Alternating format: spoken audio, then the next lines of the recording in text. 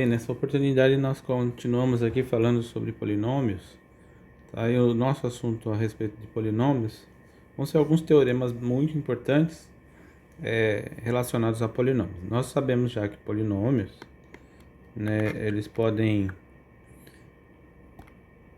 você tem o conjunto dos polinômios, eu vou escrever com essa letra, tá? E os polinômios podem ser somados, multiplicados entre si.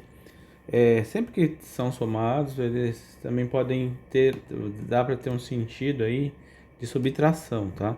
Então, os polinômios são somados, são multiplicados entre si, obtendo novos polinômios.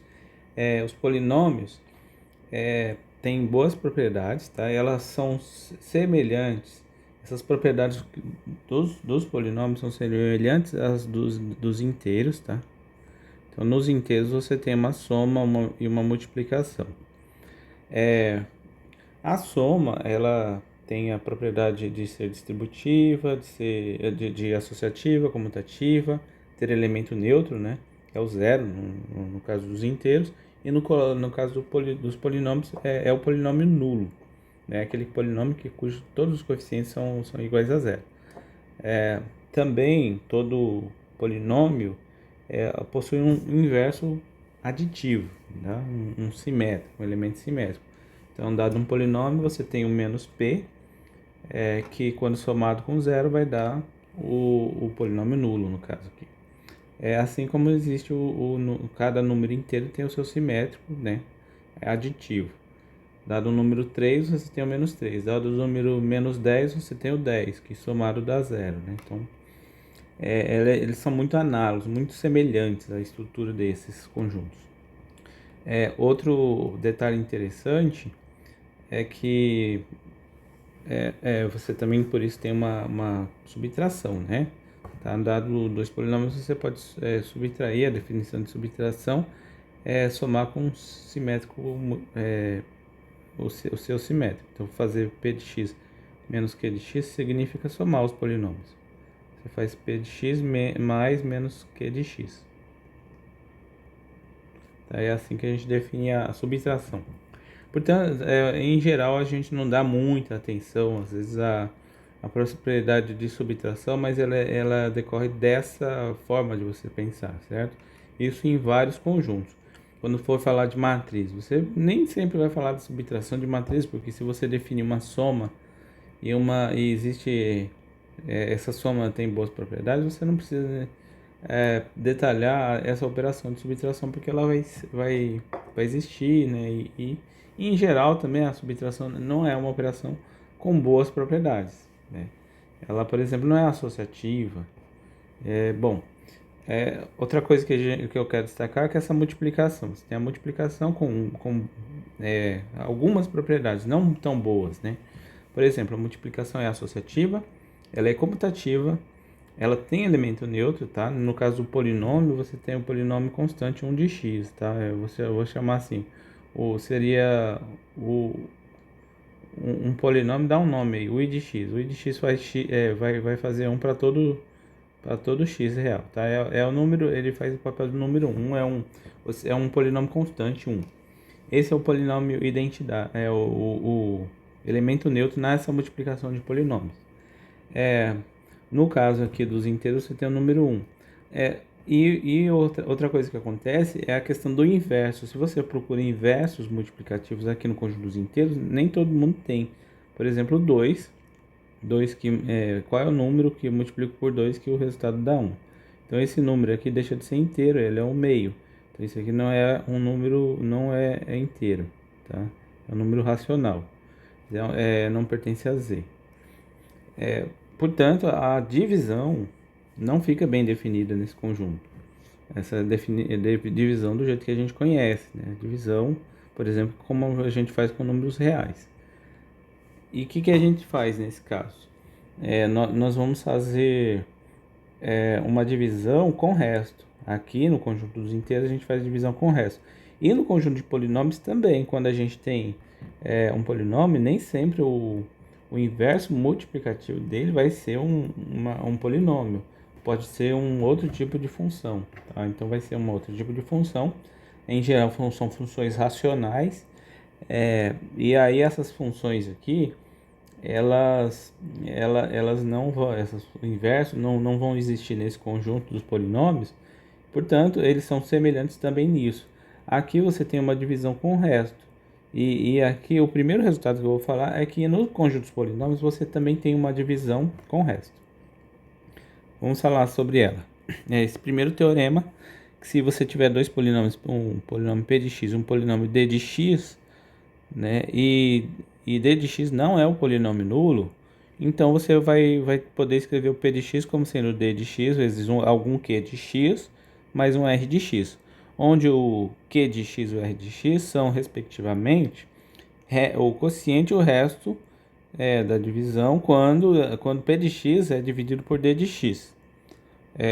Isso você vai ter assim, ó, o p de x você vai poder dividir pelo polinômio d de x, vai obter um quociente q de x e vai obter um resto r de x.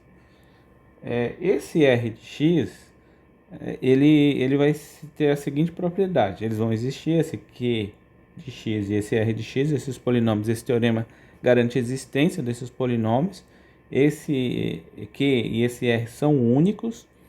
E outra coisa que ocorre é que o r de x, ou ele é o polinômio nulo, ou o grau do r de x vai ser menor do que o grau do d de x, tá?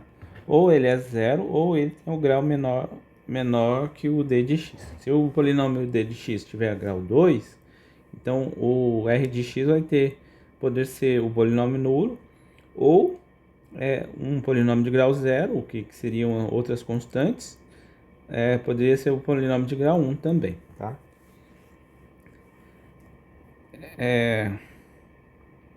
Vamos aí a um exemplo. Bem, vamos dividir o polinômio desse exemplo, p de x e o d de x. O método aqui a gente usa o método da chave. Fazemos x à quarta menos 2x mais 13 dividido por x ao quadrado mais x mais 1. Tá? Então, o resto aqui, ele vai ter que ter o grau, né? O grau dos polinômios envolvidos aqui, você tem o grau do p de x é 4, o grau de d de x é 2, o grau de r de x tem que ser abaixo de 2, então pode ser constante, ou polinômio nulo, ou grau 1, tá? Ou pode ter grau 1. Bom, primeiro a gente começa aqui a divisão, a gente faz o x à quarta dividido por x ao quadrado. Fazendo essa divisão, x à quarta dividido por x ao quadrado dá x ao quadrado. Aí eu vou multiplicar aqui, ó, x ao quadrado vezes x ao quadrado, vou multiplicar por cada termo aqui do d de x, o x ao quadrado, esse x ao quadrado, esse aqui, por cada um desses termos aqui eu vou multiplicar, e aqui eu tenho que inverter o sinal, tá? Existe uma inversão de sinal aqui, fazer uma subtração, né? Vira uma subtração lá. Então x ao quadrado vezes x ao quadrado vai ficar x ao quadrado com o sinal trocado. Eu troco o sinal de todo mundo que der aqui, ó. Então x ao quadrado vezes x vai ficar menos x ao cubo. E x ao quadrado vezes 1 dá mais x ao quadrado, e aqui eu ponho menos x ao quadrado. E eu faço essa conta. Aqui eu coloquei o quadrado, mas é a quarta, né? A quarta. Aqui cancela. E aí a gente vai ter menos x ao cubo, tá?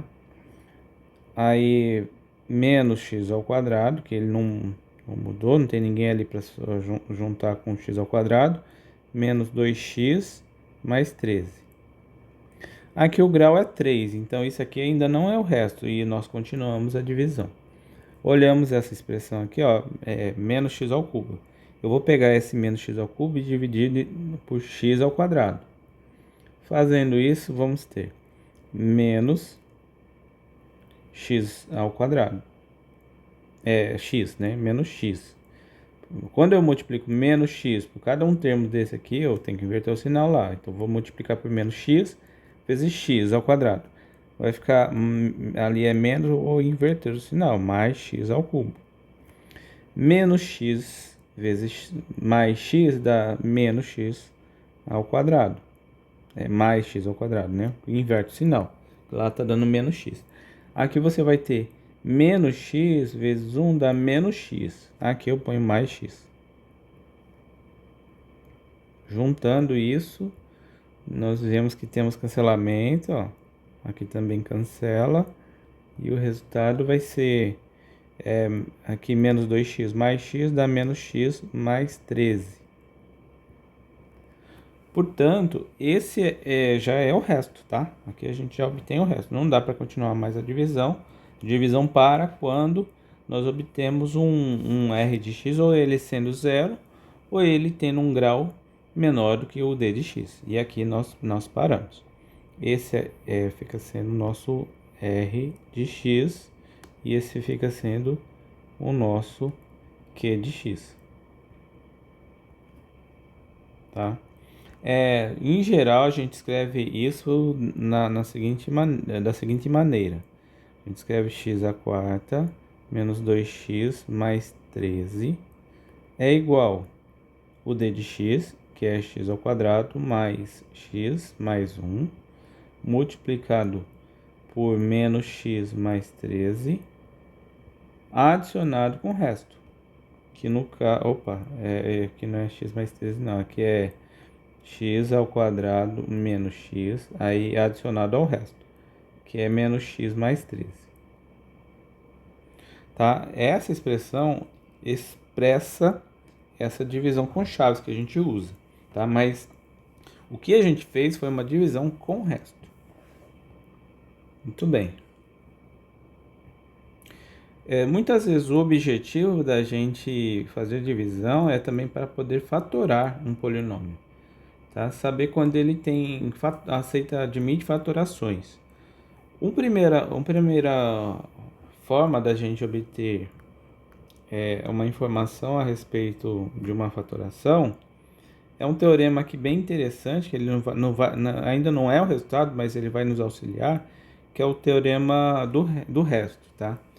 É assim, se você tiver um polinômio p de x e ele for dividido por x menos a, você pega um polinômio qualquer que seja, e dividido por x menos a, você vai obter como resto p de a, tá? Você vai obter, o resto vai ser o p de a. Essa demonstração é muito simples, tá? É simples, é simples. Eu até vou apresentar ela aqui, ó. Se você pega um polinômio p de x e vai dividir esse polinômio por x menos a, você vai obter um quociente aqui, o q de x, que eu não sei quem depende do polinômio, mas o resto, eu sei que o resto vai ser uma constante. O resto aqui é constante, tá? Por que ele é constante? Porque ele tem que ter grau menor do que o x menos a. O grau do x menos a é 1, então ele tem que ter grau zero ou ser o polinômio nulo. Em qualquer um dos casos, se ele tem grau zero, ele é constante. Se ele é o polinômio nulo, ele é constante zero. Então, isso aqui ele é constante. Não depende de x, tá? Portanto, nós podemos escrever o p de x da forma x menos a, qualquer um, né? Qualquer polinômio pode ser escrito assim. Aí tem um q de x mais o resto. Agora, lembre-se que o R é constante. Se eu calcular o P de A, você vai ter assim, ó, o A menos A aqui, vezes o Q de A, mais R. R não depende de A, tá? Não depende de X. Ele é constante. Não depende de X. Portanto, aqui, ó, esse aqui dá zero, né? 0 vezes Q de A, independente do valor de que seja Q de A, você tem que o P de A vai ser o R. Tá? E isso está dizendo para a gente que o resto é P de A. Tá? A demonstração é essa. Acreditem se quiser, essa demonstração é bem fácil. Isso você né, pode observar em qualquer polinômio. Se a gente pegar aqui como exemplo o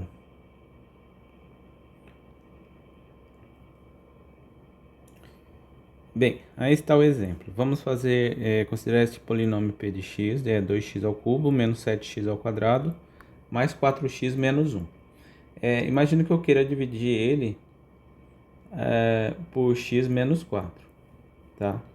Aí o teorema do resto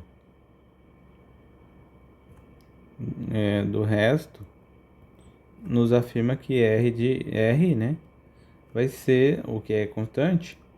O resto vai ser o resto da divisão de p de x por x menos 4 vai ser o p de 4. Vamos calcular quanto que é p de 4 e depois a gente vai fazer a divisão e constatar que de fato é isso. Tá? Nós temos aqui 2 que multiplica 4 ao quadrado menos 7 vezes 4 ao quadrado, ao cubo ali, né? 2 vezes 4 ao cubo, menos 7 vezes 4 ao quadrado, mais 4 vezes 4, menos 1. Então, R é 4 ao cubo é 64, vezes 2, 128. 4 ao quadrado é 16, 16 vezes 7.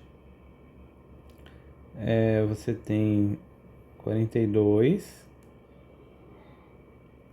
aí dá 112, né? Então, menos 112, aí mais 16, menos 1, tá? Vou fazer aqui a conta, dá 128 menos 112 vai ser 16, mais 15. Então o resto tem que ser 31. Se você dividir, você já sabe o resto, tá? Não precisa nem calcular o quociente, que esse teorema do resto ele é bem interessante porque ele fala assim para você quanto é o resto sem necessidade de se calcular o quociente. Bom,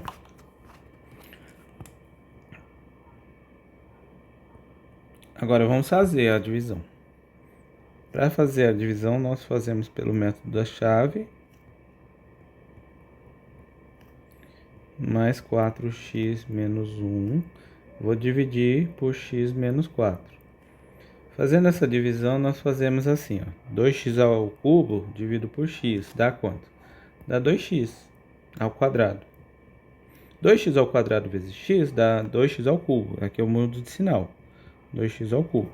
Eu tenho que multiplicar todo mundo aqui, tá? O 2x ao quadrado tanto pelo x quanto pelo menos 4. Quando eu multiplico por menos 4 aqui, vai ficar assim, ó. Vai ficar menos 8x ao quadrado. Aqui menos 8, né? Aqui eu inverto o sinal, mais 8x ao quadrado. Quando eu junto, somo aí, você tem cancelamento aqui, ó. Né? Sempre tem que ter esse cancelamento. E aqui você vai ter x ao quadrado. Aí desce 4x menos 1.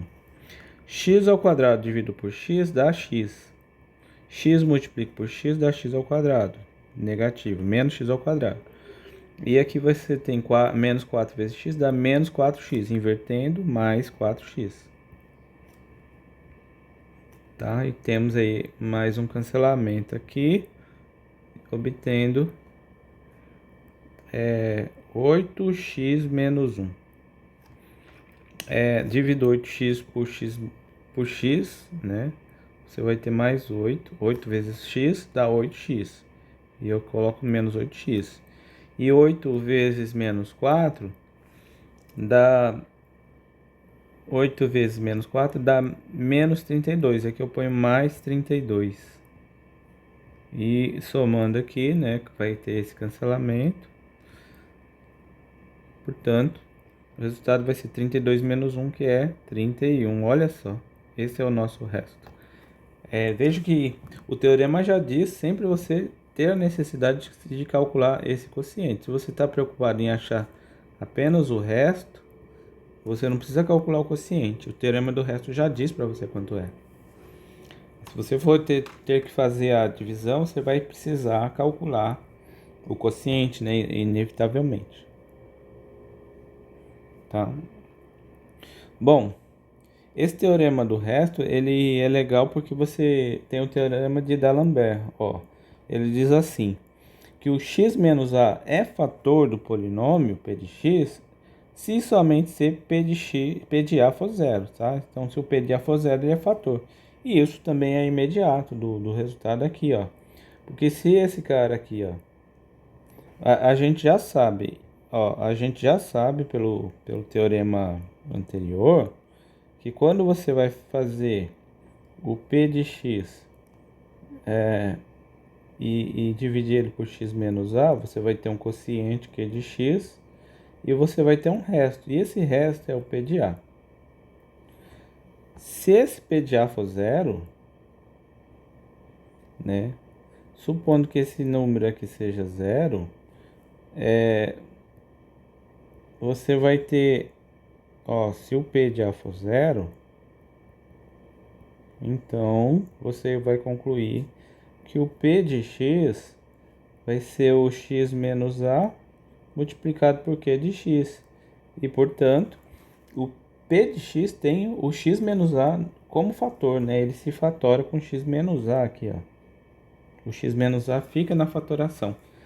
Então, você consegue começar a fatorar polinômios usando esse teorema de D'Alembert, né? Fazendo o teste para saber se o número é ou não a raiz. Se esse número a for uma raiz, pronto, você já sabe que x menos a é fator. Você consegue fazendo, aí você faz a divisão para achar qual que seria o q de x ali, o fator. Bom, e agora a gente vai poder fazer um exemplo muito interessante, que é esse aqui, ó.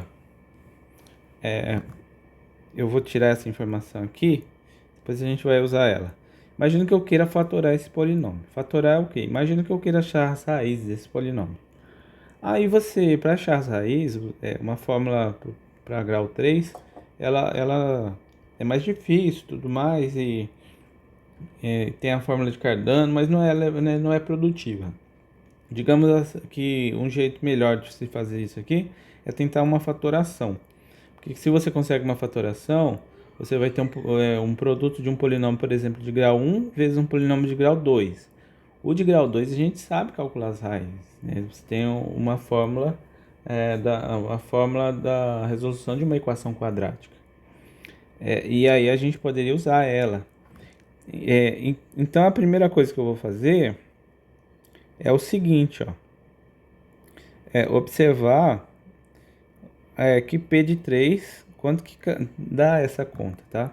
Aí você vai me falar assim, por que o 3, né? O que você achou bonito no 3? Eu vou explicar daí depois por que o 3 é uma boa escolha. E ele induz, né, uma boa escolha, ele dá um caminho certo aqui de se resolver isso. Vamos calcular o P de 3. Para saber se x mais 3 é fator. Então você calcula x mais 3, não, x menos 3, né? Você calcula P de 3. Você vai ter 3 ao cubo, menos 8 vezes 3 ao quadrado, mais 18 vezes 3, menos 9. 3 ao cubo dá 27. Menos, aqui você vai ter 9, né? Vezes 8 dá 72.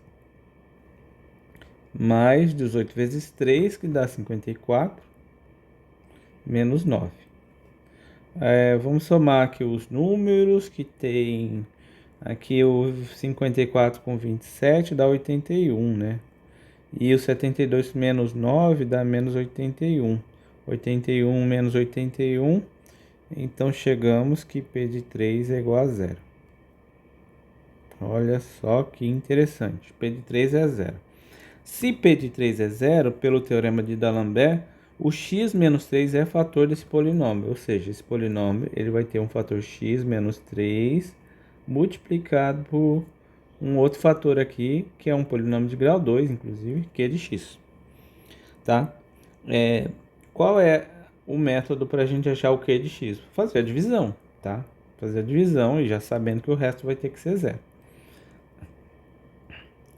Procedendo então à divisão de polinômios, vamos ter x ao cubo menos 8x ao quadrado mais 18x menos 9, dividido por x menos 3. Divido x ao cubo por x, dá x ao quadrado. Aí multiplico isso aqui, ó, x vezes x ao quadrado, eu multiplico por x menos 3, vai ficar assim, ó. X ao quadrado vezes x dá menos x ao cubo. E x ao quadrado vezes 3, menos 3, dá menos 3x ao quadrado. Inverte o sinal lá, mais 3x ao quadrado. Sempre preste atenção nessa inversão. Quando faz aqui essa conta, você tem esse cancelamento, tá? Sempre tem esse cancelamento. Isso vai dar menos 5x ao quadrado. Aí desce os demais, 18x menos 9. Faço 5x menos 5x x ao quadrado. Menos 5x ao quadrado. Dividido por x vai dar menos 5x. Menos 5x vezes x dá menos 5x ao quadrado. Aqui eu inverto o sinal, mais 5x ao quadrado. Menos 5x vezes menos 3 dá mais 15x. 15x eu inverto o sinal aqui. E aqui agora nós temos esse cancelamento. E aqui temos 18x menos 15x, 3x. 3x menos 9. 3x menos 9 dividido por x, 3x dividido por x vai dar 3. 3 vezes x, 3x. Menos 3x aqui. 3 vezes menos 3 dá menos 9. Aqui eu ponho mais 9. E, por fim, cancela todo mundo aqui, né? Aqui, como era de se esperar, cancela todo mundo e o resultado é zero. Então, encontra o fator, né? E aí eu vou ter o polinômio p de x fatorado como sendo x ao cubo menos 8x ao quadrado mais 18x menos 9 fatorado como sendo x menos 3 e esse fator aqui que é x ao quadrado menos 5x mais 3. Tá? Se eu quisesse saber resolver ele igual a zero, tá? Aí a gente poderia usar aqui, ó, um produto dando zero, então um dos fatores tem que ser zero. Então x é menos 3 sendo zero, você tem o x igual a 3, que é a raiz que a gente já conhecia. Mas agora a gente tem como investigar isso aqui, usando a fórmula da resolução de equação quadrática aqui, que isso aqui descobre quais são as raízes, né? Não precisa de não há nenhum mistério nisso. Pergunta: por que 3 deu certo, né? Por que 3 deu certo? Quando é que eu vou saber que um número dá certo ou não dá certo? Tem um teste. Vamos falar sobre ele agora. Tá? O teste é esse aqui, ó. Teorema. Imagine que você tem um polinômio, tá? P de x, como sendo a n, xn, até a1x mais a0, com coeficientes inteiros. Todos esses coeficientes inteiros. Não é um polinômio nessas condições. Todos os números são inteiros. Por exemplo, aquele que a gente estava trabalhando, apresentou ali agora há pouco. Se alfa é uma raiz inteira desse polinômio p de x, então esse alfa é divisor do a0, do termo independente, daquela última constante ali, daquele último coeficiente, né? Esse aqui, ele vai ter que ser um divisor, ele divide, isso aqui é sinal de divide, tá? Ele tem que dividir o a0. Então, se ali você tem o número 1, você não tem muitas opções, você teria que investigar se é inteiro, né? Caso exista essa raiz inteira, ela obrigatoriamente tem que dividir o número que está ali. Se fosse 1, você teria mais ou menos 1. Se fosse 4, você teria mais ou menos 1, mais ou menos 2, mais ou menos 4. Então, você investiga num conjunto bem limitado, nos divisores do termo independente. Isso se você estiver investigando raiz inteira. Aí você fala assim, puxa, eu acho que essa raiz não é um número inteiro. Pode ser que essa raiz seja um número então racional, seja uma fração. Se for uma fração, aí o que você tem de resultado? Se o alfa, aqui alfa igual a sobre b, é uma raiz racional, ou seja, uma fração, né? É uma fração de p de x, com o MDC sendo 1. Por que MDC sendo 1? Para o que você tenha escrito aqui na fração na forma irredutível, tá? Você simplificou no máximo, então você tem, imagina que você tem essa fração. Evitando assim multiplicidade, né? Essas dois terços você vai escrever, não pode escrever 4/6. Você tem que proibir isso aí. Tem que ser uma fração irredutível. Imagina que você tem então ela como sendo fração irredutível, escrito como sendo a sobre b. Vai acontecer o seguinte: o numerador vai dividir o a zero, que é esse termo independente, e o denominador, o b, esse número que está aí embaixo, vai ser um divisor de AN, que a n é o coeficiente do termo líder ali, né? Ó, tá? Esse termo AN ali. Então, se você tivesse ali, por exemplo, 5x ao cubo mais 9x, aí eu vou pegar menos. Eu vou pegar menos 2, tá? Igual a zero. Imagino que seja essa. Você quer investigar se existem raízes para essa equação. Um polinômio, tá? Nós temos a informação que o a zero é menos 2. E nós sabemos aqui que o A3, no caso, aqui, ó. O A3 é 5. Então, se R for aquela fração da forma A sobre B, você tem que ter o A pertencente ao conjunto dos divisores. Eu vou aqui colocar, ó, divisores de menos 2. Os divisores de menos 2 é mais ou menos 1 e mais ou menos 2, tá? E o B tem que estar no conjunto dos divisores de 5, que no caso aqui é mais ou menos 1 e mais ou menos 5. Claro, isso aqui dá um monte de testes que você tem que ir verificando, fazendo, dá um trabalho, né, gigantesco aqui para você achar. Mas você elimina a possibilidade de você ter outras raízes. Se tiver raiz inteira ou racional, tem que ser essas. Aí se você tentou e não conseguiu, esquece, você não tem raiz racional inteira, né? Essas não tem. Você vai ter raiz irracional. Beleza? Então esse é o teste que a gente precisa fazer. No nosso caso, olhando agora para o exemplo ali, o exemplo deu muito certo, porque o nosso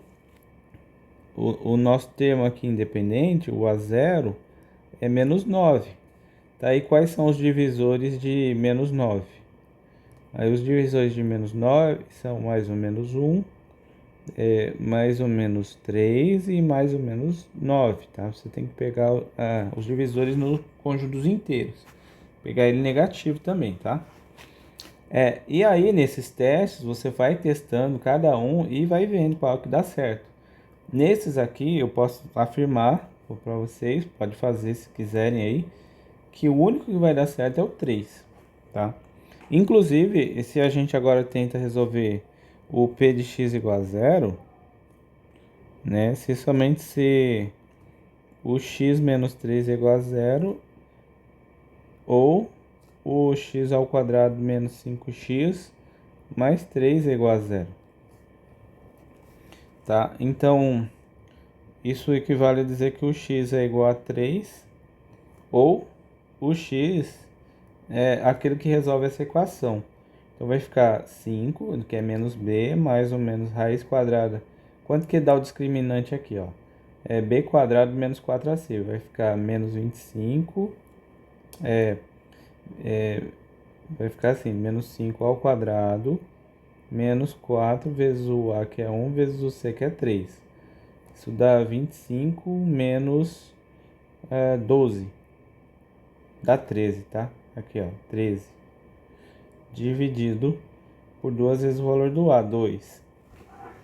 Então não tem mesmo a raiz, né? O conjunto de solução aqui dessa equação, se você quiser olhar esse polinômio, achar os zeros dela, vai ser 3, 5 menos raiz de 13 sobre 2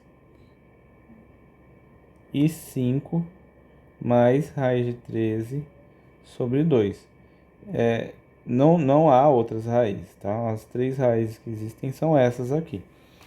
E essa aqui é uma raiz inteira, o 3. As outras são irracionais, então elas existem, mas são irracionais.